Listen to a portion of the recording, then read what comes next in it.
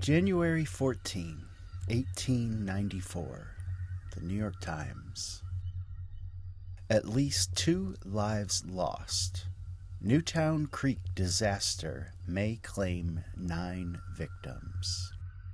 Bodies of Michael Concannon and Patrick Briordi recovered. 7 men believed to have been on the bridge when it collapsed have not been heard from. Coroner will make a searching investigation to fix responsibility. Long Island City, Long Island, January 13. That lives were lost by the collapse of the bridge over Newtown Creek Friday evening was settled late this afternoon, when men who were grappling recovered 2 bodies.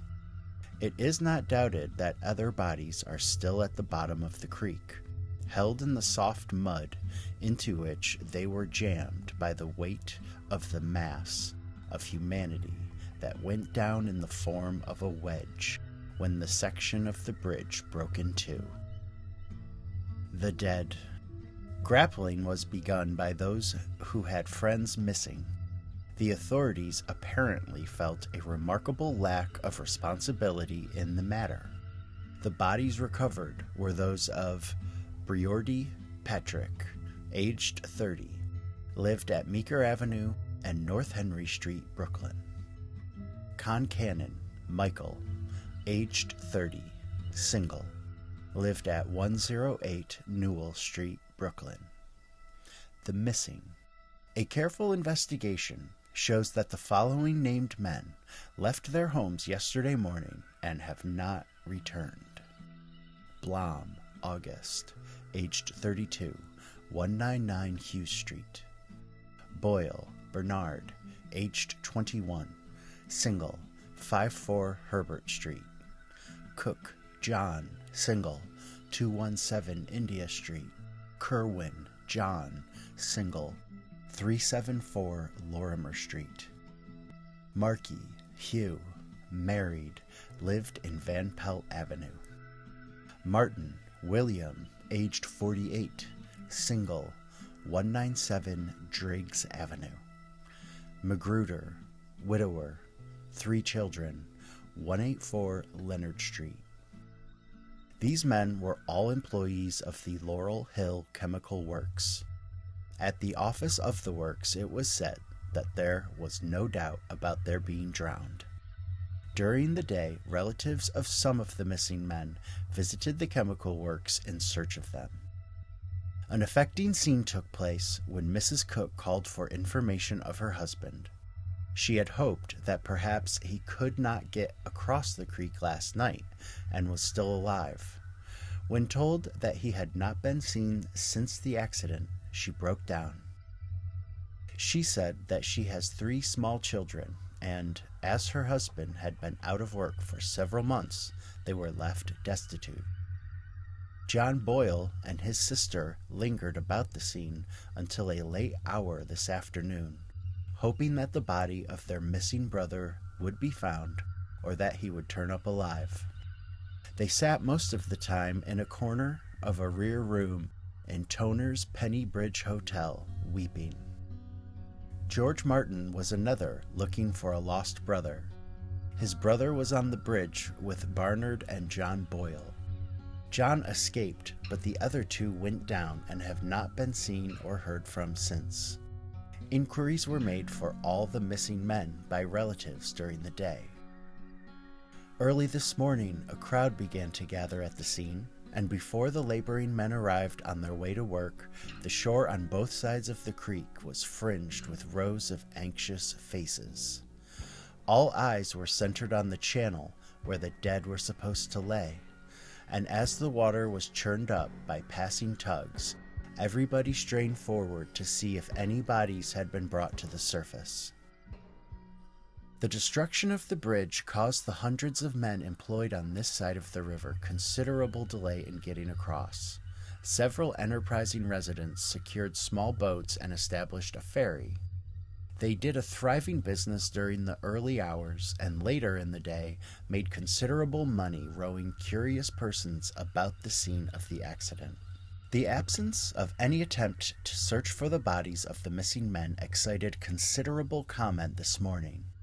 Everybody expected that today the authorities would make an attempt to have the bottom of the creek dredged. There is quite a depth of mud at the bottom that would have held the bodies for some time. Bridge keeper Daniel Hickey said this morning that he had sent word of the accident to the members of the boards of supervisors of both Kings and Queens counties, under whose jurisdiction the bridge was, but had received no instructions to make a search or to employ anyone to do the work.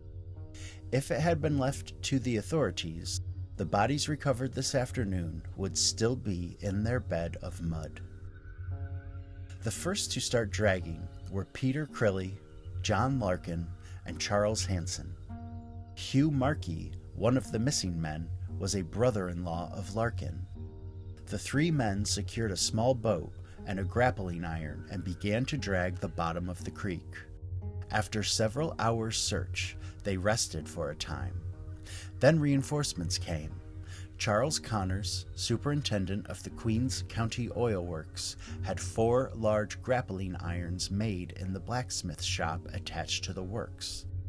Lewis McGuire of the Laurel Hill Chemical Works had the men under him turn out 2 irons. Bridgekeeper Hickey, with John C. Kennedy, John Morton, and John Flaherty, got into one boat, while another grappling crew was made up of Thomas McKenty and Michael Quirk. A third crew was composed of Patrick Crilly and John Larkin. The boats were propelled slowly up and down the creek, the grappling irons dragging over the sterns. Finally, a body was caught hold of, and when brought to the shore, was recognized as that of Patrick Briordi. A messenger was sent after Coroner G.B. Strong of this city, the body being found within the city line. The body of Michael Concannon was recovered soon after. Shortly after the finding of the bodies, a dispute arose as to which coroner should have the cases. A wrangle ensued, and at one time it looked as if trouble would result.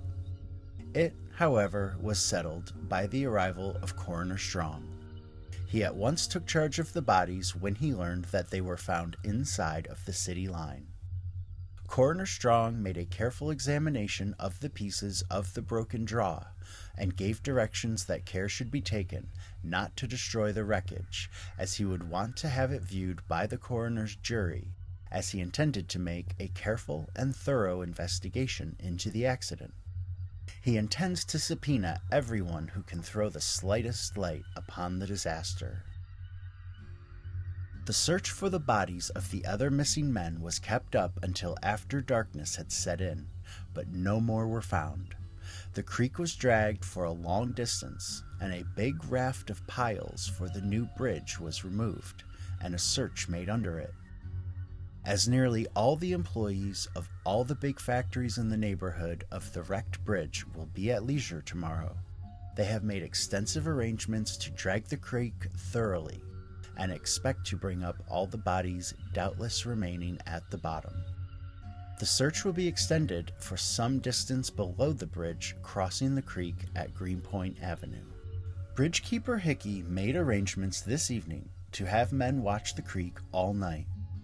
One of his men will assist him, and there will be a number of volunteers from among the companions of the missing men. The patrol will have lanterns placed at frequent intervals along both shores, and a close watch will be kept for bodies.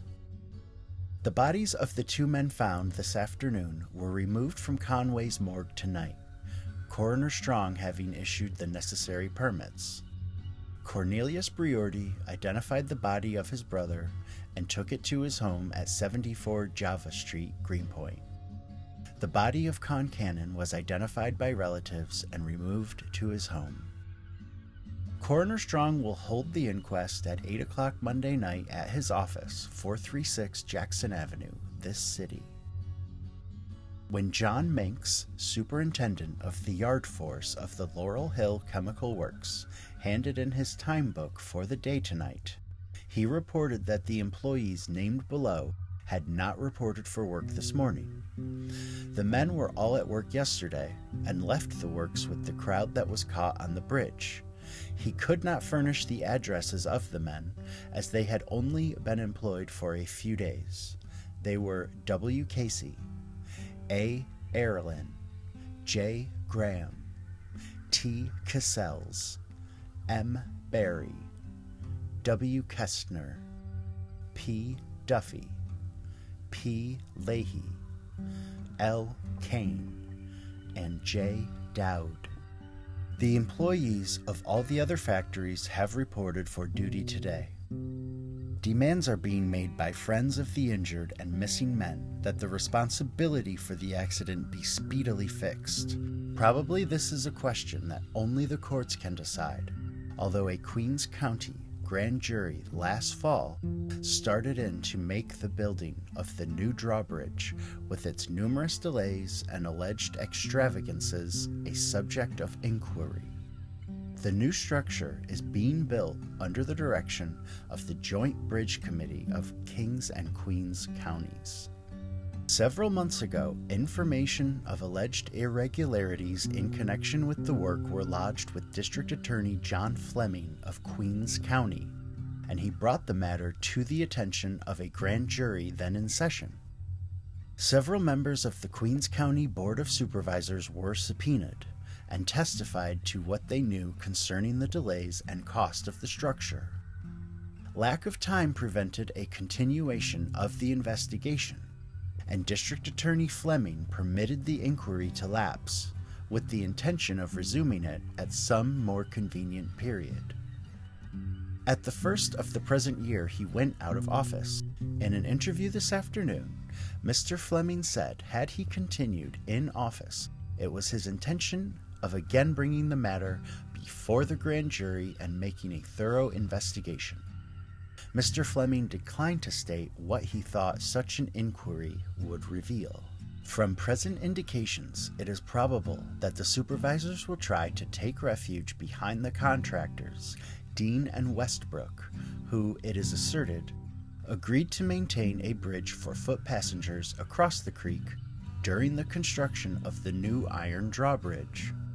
The contractors have not yet given their side of the story.